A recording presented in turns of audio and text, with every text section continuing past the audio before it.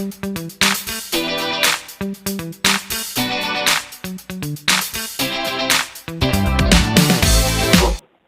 सब पेज लिखिए। लेसन 5 गति का नियम, लॉ ऑफ मोशन। देखिए गति के बारे में बहुत सारे वैज्ञानिकों ने न्यूटन से पहले भी एक्सप्लेन किया है, लेकिन उतना अच्छा गति के बारे में कोई एक्सप्लेन नहीं कर पाया जितना कि न्यूटन किए थे गति के बारे में। इनके पहले गैलीलियो थे, गैलीलियो भी गति के बारे में एक्सप्लेन किए थे, जिसमें जड़त्व के बारे में आप लोग सुने होंगे। गैलीलियो भी ये सब धर्म में सब विश्वास नहीं रखते थे, लेकिन विज्ञान मतलब सत्य जानने की इच्छा रहता था। गैलीलियो ऐसे नियम बताने लगे कि जो समाज में आदमी था तो उसको लगा नहीं कि धर्म के क्या कर रहा है, विरोध कर रहा है, तो उसको कारावास में बंद कर दिया था, जेल में। तो उसका मृत्यु जेल में ही हुआ है गैलीलियो। साइंस के पहले के समय में क्या होता कि जैसे कोई आदमी कह दिया ना कि कोई ऐसा बात जो आम आदमी के समझ में नहीं आ रहा है, तो पागल घोषित कर देते थे, ये पागल है, इसी से बात करता है कि पॉसिबल है ये नहीं।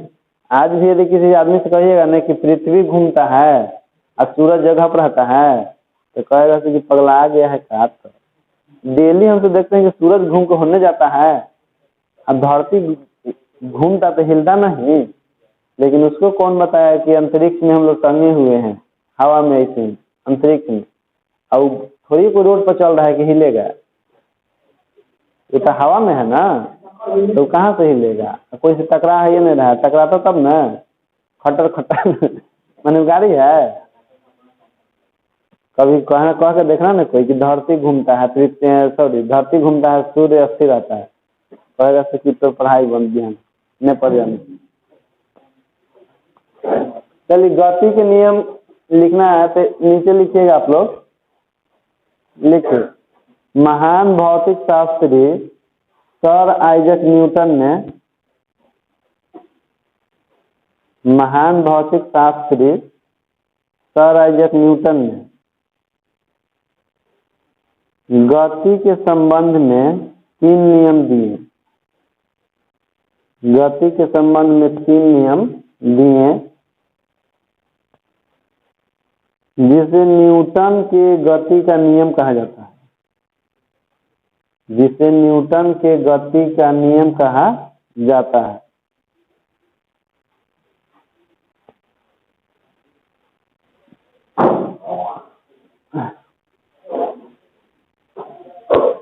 पहला नंबर लिखिएगा आप लोग, न्यूटन के गति का प्रथम नियम। न्यूटन की गति का प्रथम नियम,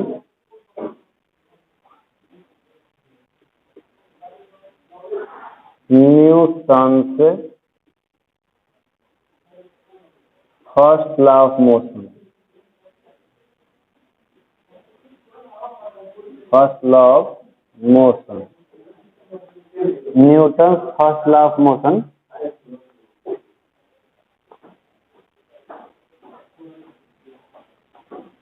लेकिन न्यूटन के प्रथम गति नियम है, इनका कहना था कि यदि कोई वस्तु गति है, गतिशील है, तो गतिशील ही रहेगा।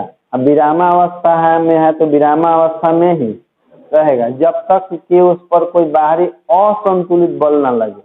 असंतुलित मतलब कि बल का मान 0 नहीं होगा। पर जैसे मान लीजिए कि हम यहाँ पर खड़ा है ना, तो आपको लग रहा होगा कि हम पर कोई बल काम नहीं कर रहा है, जबकि हम पर नीचे की ओर मेरा भार mg काम कर रहा है और ऊपर की ओर एक अभिलंब प्रतिक्रिया बल काम कर रहा है। दोनों बल हम पर, क्योंकि ऊपर की ओर है mg, नीचे की ओर वस्तु का भार mg होता है, और दोनों हम पर बैलेंस्ड है, यानी कि इक्वल मात्रा में है, तो इसीलिए हम यहाँ पर स्थिर है। जैसे आपको इसके पीछे बताया था काइनेमेटिक्स, उसमें लोग गति के बारे में पढ़ते हैं लेकिन कारण जानने की कोशिश नहीं करते हैं। अब आ गया आपका डायनेमिक्स, बल गति। तो बल गति की हम लोग कारण भी जानते हैं, गति के बारे में भी पढ़ेंगे, साथ में कारण भी जानेंगे। जैसे हम यहाँ स्थिर है तो इसका मतलब है कि हम पर एक से अधिक बल काम कर रहा है, सभी बलों का रिजल्टेंट मेरे ऊपर 0 है। जैसे कैसे किसी वस्तु को हम लोग चारों तरफ से धकेलते हैं, जैसे मान लीजिए कि इधर से भी कोई धकेलेगा, कोई इधर से भी धकेलेगा, कोई इधर से भी धकेलेगा, तो यदि सब बल ये 5 न्यूटन हो गया, ये भी 5, ये भी 5, सब बल बराबर होगा, तो वस्तु कितने जाएगा, लेकिन मान लीजिए कि में हो जाए 15 न्यूटन हो जाए, तब वस्तु के नहीं ढलाएगा, इधर ठेलाएगा ना, धकेल रहा सामने। तो यदि कोई वस्तु स्थिर है तो ये मत समझिए कि उस पर कोई बल नहीं काम कर रहा है, यह समझना है कि उस पर लगने वाले सभी बलों का परिणाम ही शून्य है। जैसे हम लोग रास्ता चलते हैं तो 2 बल काम करते रहता है, एगो घर्षण बल भी काम करता है जब चलना शुरू करते हैं, जो पैर है जमीन के बीच में, तो उसमें 3 बल काम करता है, एगो घर्षण, एगो वस्तु के भाग नीचे के रेमजी, एगो लंब प्रतिक्रिया। वही में से कोई एगो, अगर तीनों के रिजल्टेंट 0 होता है तब जाके हम लोग सीधे चल पाते हैं। कोई एगो होगा गड़बड़ाएगा तो हम लोग कभी कभी चलते चलते तलमला के गिर जाते हैं अनबैलेंस होने के कारण। यानी कि असंतुलित बल लगेगा वस्तु पर, तब जाके वस्तु गति मतलब अपना अवस्था में परिवर्तन। तो वही न्यूटन बताया कि कोई भी वस्तु उस समय तक स्थिर रहता है जब तक कि उस पर कोई बाहरी असंतुलित बल ना लगे, या कोई वस्तु गतिशील है तो वह उस समय तक गतिशील रहेगा जब तक कि उस पर कोई बाहरी बल ना लगे। तो कहिए कि सर यहाँ पर हम लोग हवा में कोई ढेला फेंकते हैं तो वो आगे जाके गिर जाता है, उस पर कहाँ कोई बल लगाता है कि गिर जाता है, तो उस पर लगता है। वो हवा के प्रतिरोध उसका हमेशा विरोध करता है गति का, और दूसरा कि गुरुत्वाकर्षण बल उसको नीचे की ओर खींचता है, इसी कारण से आगे जाकर गिर जाता है। यही अंतरिक्ष में यदि किसी वस्तु का फेंक दीजिएगा उठा करके एक बार, तो वो हमेशा मोशन में ही रहता है, कभी भी रेस्ट में नहीं आएगा, क्योंकि वहां पर उसको रोकने वाला कोई बल उस पर काम नहीं करता है। यदि मान लीजिए कि आप उसमें स्पेस में है, अंतरिक्ष यान में, आप खिड़की से बाहर ऐसे हाथ निकाल करके आप कोई वस्तु छोड़ दिए, तो हमेशा वो वस्तु खिड़की के सामने ही रहेगा। क्योंकि मान लीजिए कि आप प्लेन में बैठे हुए स्पेस में, उसमें आप किसी वस्तु का से पकड़े हुए हैं, तो जितना का स्पीड आपका होगा उतना ही स्पीड वस्तु का भी है, क्योंकि आप पकड़े हुए हैं। जब छोड़िएगा उसको तो वो भी तो उतना ही स्पीड से चलेगा जितना कि मेरा एयरप्लेन का स्पीड था, तो हमेशा खिड़की के सामने ही रहता है। हाँ, लेकिन हम अपना यदि स्पीड बढ़ा दे छोड़ने के बाद, तो हमेशा जितना पीछे हो जाएगा। लेकिन यदि सेम स्पीड रखा जाए, स्पीड न बढ़ाया जाए न घटाया जाए, तो हमेशा खिड़की से, क्योंकि वहाँ पर उसको कोई बल नहीं काम करता है और कोई हवा का प्रतिरोध काम कि उसको रोकेगा, ठीक ना। तो इनका यही कहना था कि एक बार गतिशील हो गया, जैसे पृथ्वी एक बार हम लोग गतिशील हो गया, सूर्य के चारों ओर क्या कर रहा है, घूम रहा है। यदि पृथ्वी रुक जाए तो जो भाग सूर्य के सामने है वहाँ पर हमेशा दिन रह जाएगा, और जिन रात है उनमें हमेशा रात रह जाएगा। जिन्हें दिन हो गया उन्हों संकट, जिन रात हो गया उन्हों फसल बर्बाद, इन्हों फसल बर्बाद। लेकिन खैर कहो कि रुकता नहीं, रेस्ट में नहीं आया, आराम नहीं किया। फिर न्यूटन के प्रथम गति नियम में लिखे डाल देकर, इस नियम के अनुसार यदि कोई वस्तु गति में है, इस नियम के अनुसार यदि कोई वस्तु गति में है तो हमेशा गति में ही रहेगी, तो हमेशा गति में ही रहेगी। और यदि विराम में है, तो हमेशा विराम में ही रहेगी। हाँ, तो बता रहे थे गैलीलियो के जड़त्व के नियम के बारे में ना, गैलीलियो बोले थे कि वस्तु अपने प्रारंभिक अवस्था को हमेशा बनाए रखना चाहता है, विराम में है तो विराम में ही रहना चाहेगा, गति में है गति में ही रहना चाहेगा। अब उसका नियम इसका नियम मैच कर रहा है कि नहीं। तो एक्चुअल में गैलीलियो का प्रथम नियम ही है, लेकिन न्यूटन की 2 और नियम का एक्सप्लेन किए हैं, इसलिए ज्यादा महत्व न्यूटन गति के नियम को दिया जाता है। उसी में इसको भी लेकर लिया गया, तो उनका न्यूटन के 2 है, आपका 1 है। चलिए एक में समझिए, देखिए पहला, इसके बाद नोट लिखिएगा। नोट है, न्यूटन के प्रथम गति नियम से बल का परिभाषा मिलता है। न्यूटन के प्रथम गति नियम से बल का परिभाषा मिलता है, बल का परिभाषा मिलता है।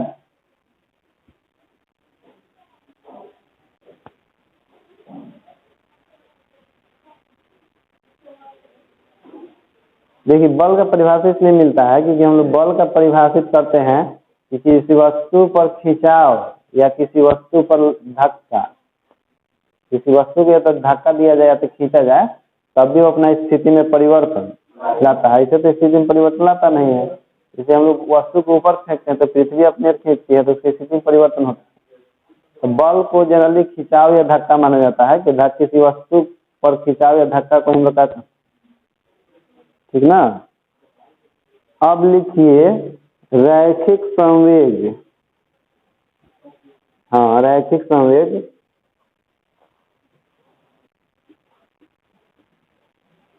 Linear momentum. रैखिक संवेग को हम लोग केवल संवेग के नाम से भी जानते हैं। केवल संवेग भी पूछे तो समझिए कि वही है।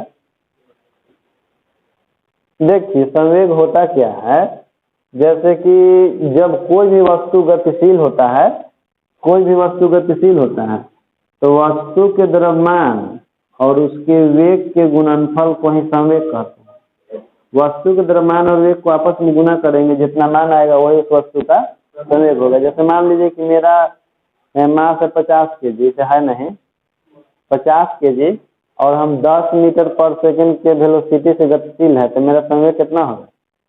50 गुना 10 यानी कि 500 होगा ना।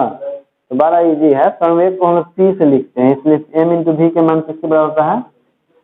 p के बराबर। लिखिए हाँ, जब कोई वस्तु गति में होती है, जब कोई वस्तु गति में होती है, जब कोई वस्तु गति में होती है तो उसके द्रव्यमान और वेग के गुणनफल को संवेग कहते हैं। जब कोई वस्तु गति में होती है तो उसके द्रव्यमान और वेग के गुणनफल को संवेग कहते हैं, संवेग कहते हैं। अर्थात नहीं, अर्थात संवेग बराबर द्रव्यमान और इंटू वेग। वेग हो जाएगा p बराबर m इंटू v।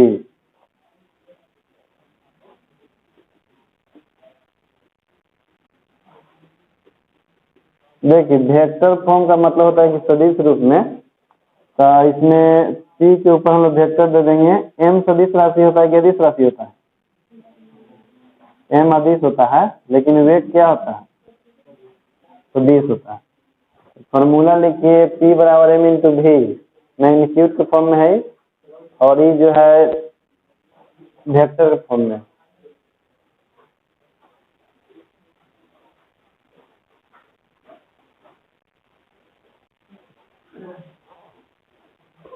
संवेग को p से स्विच करते हैं, ठीक ना। इसके बाद लिखिए सब कोई नीचे कि संवेग का एसआई मात्रक, संवेग का एसआई मात्रक केजी मीटर प्रति सेकंड होता है।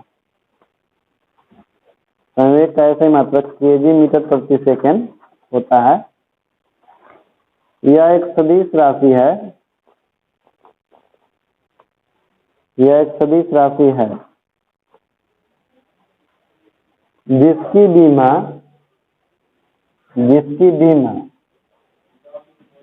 m l t इनवर्स होता है, जिसकी बीमा m l t इनवर्स होता है।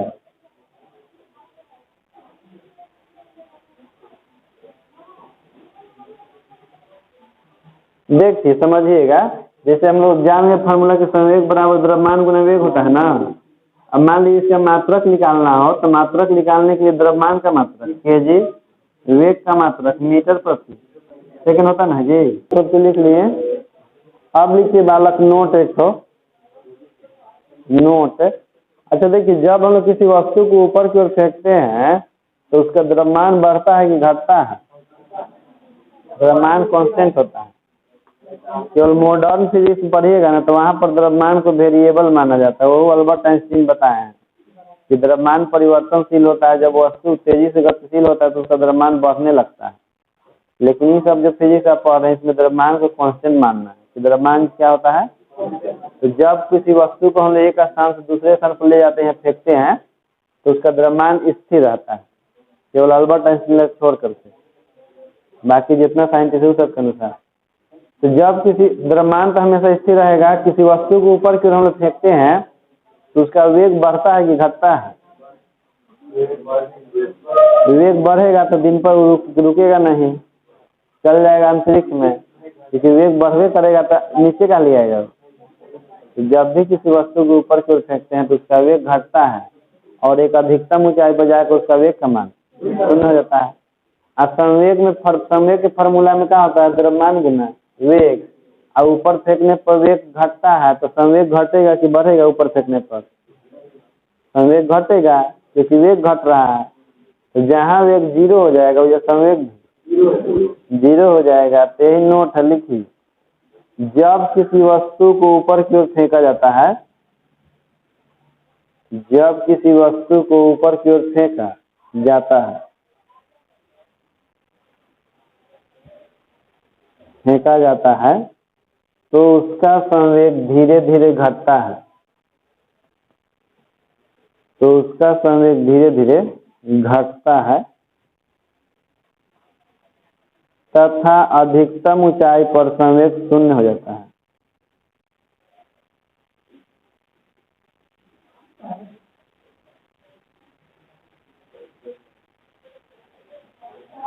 शून्य हो जाता है।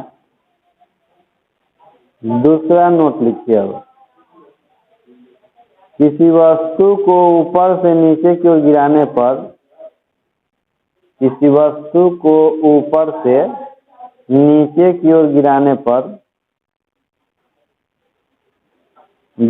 पर उसका संवेग धीरे धीरे बढ़ता है,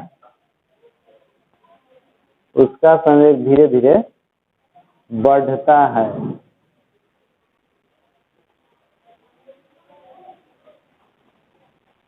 क्योंकि उस वस्तु का वेग बढ़ता है, क्योंकि उस वस्तु का वेग बढ़ता है।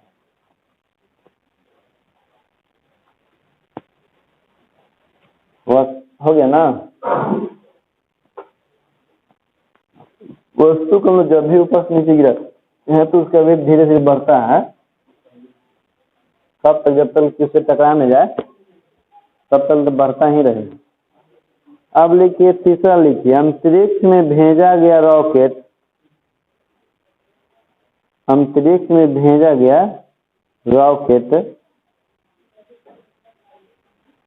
अंतरिक्ष में भेजा गया रॉकेट संवेग संरक्षण के सिद्धांत का पालन करते हुए, संवेग संरक्षण के सिद्धांत का पालन करते हुए आगे की ओर बढ़ता है।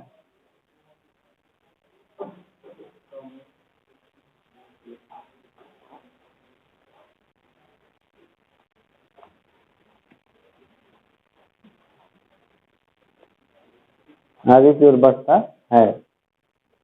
हो गया ना? अब देखिए, जैसे मान लीजिए कि हम आपको एक टॉपिक देते हैं, जैसे हम कह दिए ना कि P बराबर 0 है। सुनिए, जैसे P बराबर 0 है तो इसका मतलब क्या है? संवेग का मान 0 है। तो हम ही बोल रहे हैं कि P बराबर 0 है तो संवेग शून्य है। संवेग शून्य है तो इसका मतलब क्या हो सकता है? बस द्रव्यमान का भी 0 होता है किसी वस्तु का? देखो, हम लोग फॉर्मूला जानते हैं, P बराबर m इंटू भी। अब बराबर में कौन सी है? P तो कभी शून्य होता नहीं है। m इज इक्वल टू भी 0 हो सकता है, यानी कि भी बराबर। इससे यही निष्कर्ष निकलता है कि वस्तु का द्रव्यमान तो शून्य होता नहीं है, इसलिए वेग ही उसका शून्य होगा, क्योंकि जब वेग शून्य होता है तो संवेग शून्य होता है। और द्रव्यमान तो 0 होगा नहीं करता। 0 द्रव्यमान वाली कोई वस्तु संभव है जिसका द्रव्यमान 0 हो? ऐसे है एगो, लेकिन वो आधुनिक फिजिक्स में चल जाता है, मॉडर्न फिजिक्स। फोटोन, जो प्रकाश है ना, फोटोन प्रकाश, तो भी कण है ना, ऐसा माना जाता है कि मासलेस पार्टिकल है, कोई द्रव्यमान। हाँ, रेस्ट अवस्था में, लेकिन जब गतिशील होता है तो उसका भी द्रव्यमान होता है कुछ ना कुछ, लेकिन रेस्ट अवस्था में उसका मास शून्य होता है। चलिए, अब लिखिए टॉपिक संवेग में परिवर्तन। कौन वाला? नहीं, इसको समझना था केवल। लिखिए संवेग में परिवर्तन, संवेग में परिवर्तन। देख लिखिए, यदि m द्रव्यमान की वस्तु, यदि m द्रव्यमान की वस्तु प्रारंभिक वेग u से गतिशील हो, यदि m द्रव्यमान की वस्तु प्रारंभिक वेग u से गतिशील हो, प्रारंभिक वेग u से गतिशील हो, तो उसका संवेग, संवेग mu होगा, mu होगा, तथा कुछ समय बाद उसका संवेग v हो जाए, तथा कुछ समय बाद उसका संवेग v हो जाए, सॉरी संवेग नहीं, कुछ समय बाद उसका वेग v हो जाए, v हो जाए, तो उसका संवेग mv हो जाए, तो उसका संवेग mv होगा।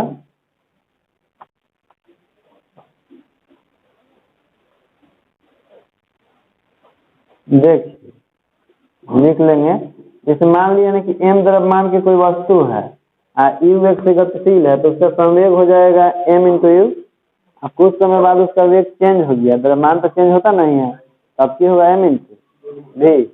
तो लिखते चलिएगा प्रारंभिक संवेग बराबर, प्रारंभिक संवेग p1 बराबर m into you.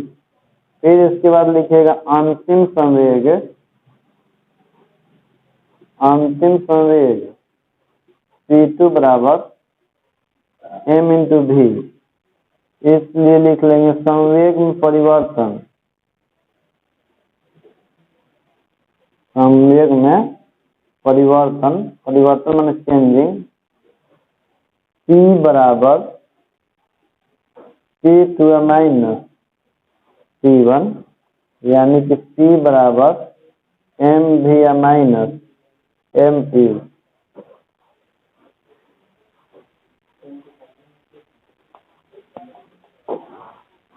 m common ले भी सकते हैं, इतना भी लिख सकते हैं, कोई दिक्कत नहीं है, इस तरह से भी आप लिख सकते हैं m into v minus you, क्योंकि घटता बढ़ता तो वेग ही है, द्रव्यमान तो हमेशा कांस्टेंट आता है। तो लिखिएगा न्यूटन के गति के द्वितीय नियम, न्यूटन के गति के द्वितीय नियम,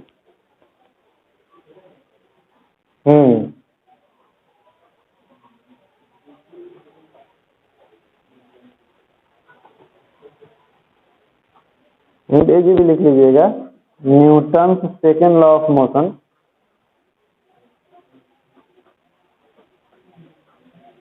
Newton second law of motion.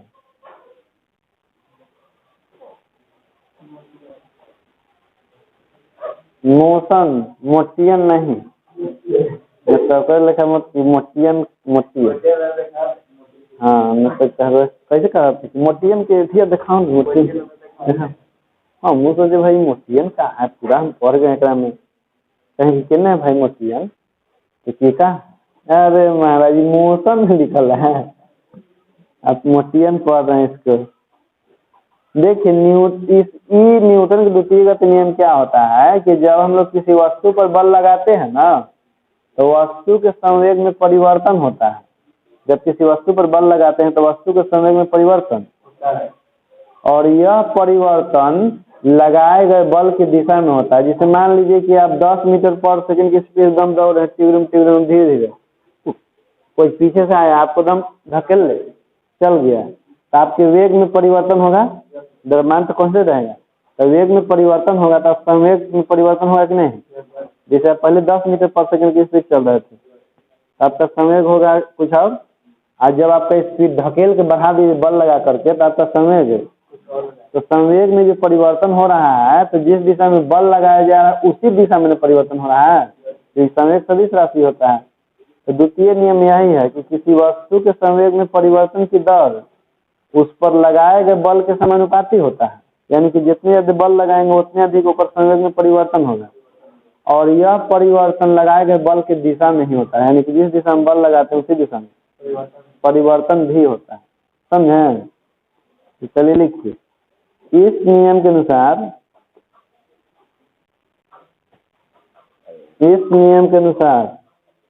किसी वस्तु के संवेग में परिवर्तन की दर, इस नियम के अनुसार किसी वस्तु के संवेग में परिवर्तन की दर, संवेग में परिवर्तन की दर उस वस्तु पर आरोपित बल का, उस वस्तु पर आरोपित बल का सीधा समानुपाती होता है,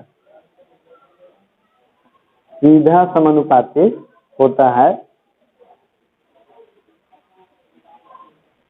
तथा यह परिवर्तन आरोपित बल की दिशा में होती है, तथा यह परिवर्तन आरोपित बल की दिशा में होती है, आरोपित बल की दिशा में होती है।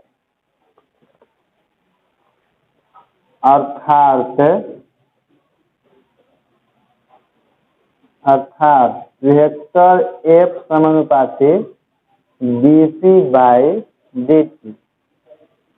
डिफरेंशिएशन का यूज कहाँ पर किया जाता है? परिवर्तन के दर को दर्शाने के लिए ना। तो समय के साथ वस्तु के संवेग में परिवर्तन होगा और लगाए गए बल के समानुपाती होगा। तो समय के सापेक्ष समय में परिवर्तन की दर लगाए गए बल के समानुपाती होता है। तो F समानुपाती dc बाई, इसको स्केलर फॉर्म में भी लिख सकते हैं, वेक्टर हटा के, तो क्या हो जाएगा? F समानुपाती केवल dc बाई, जो वेक्टर फॉर्म में था।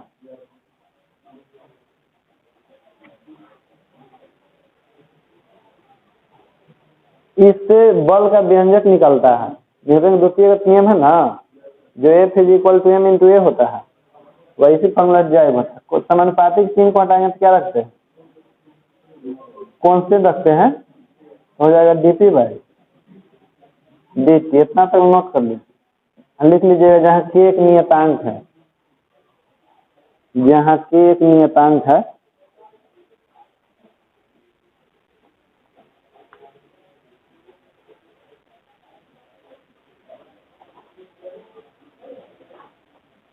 अब नोट लिखिएगा इसके बाद आप लोग एक तो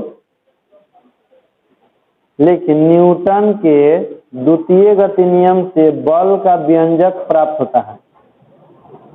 न्यूटन के द्वितीय गति नियम से बल का व्यंजक प्राप्त होता है, बल का व्यंजक प्राप्त होता है।